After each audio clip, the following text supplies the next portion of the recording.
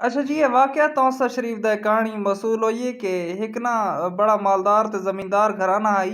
उन्हें एक मुलाज़म रखा आई मुसल्ली आई ते उसदा ना शबीर ना आई।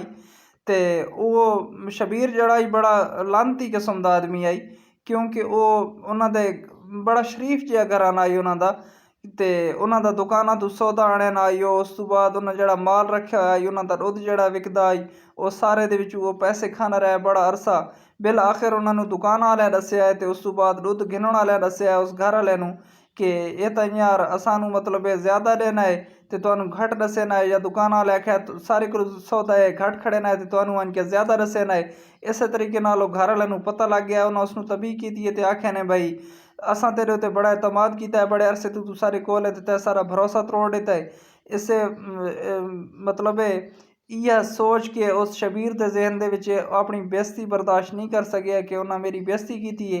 उस दिल दे विच गलत ख्याल पैदा करने शुरू कर देते हैं। तो उन्होंने एक 10 साल बच्ची आई 10 साल की, जिसनों इस पर गुलामना शुरू कर दिता है, तो अपने नाल उस दोस्ती कराइए उसकी, तो वह भी इस दे जाल दे विच फस गई है। तो उस बच्ची नूं इस ज्यादती का निशाना बनाया है। तो गुजारिश है सारे भैन भरावां नूं कि अगर घर दे विच तुसां मुलाजम रखे नहीं हो तो कोई देखभाल के रखो, नाले अगर रखो तो उसनूं घर दे मामलात दे विच कोई दखल ना देओ, कोई औरतां नाल उसनूं फ्री ना होण देओ, क्योंकि कोई सारे लोग अच्छे नहीं होने, ऐसे लानती किस्म के लोग विच मौजूद होने।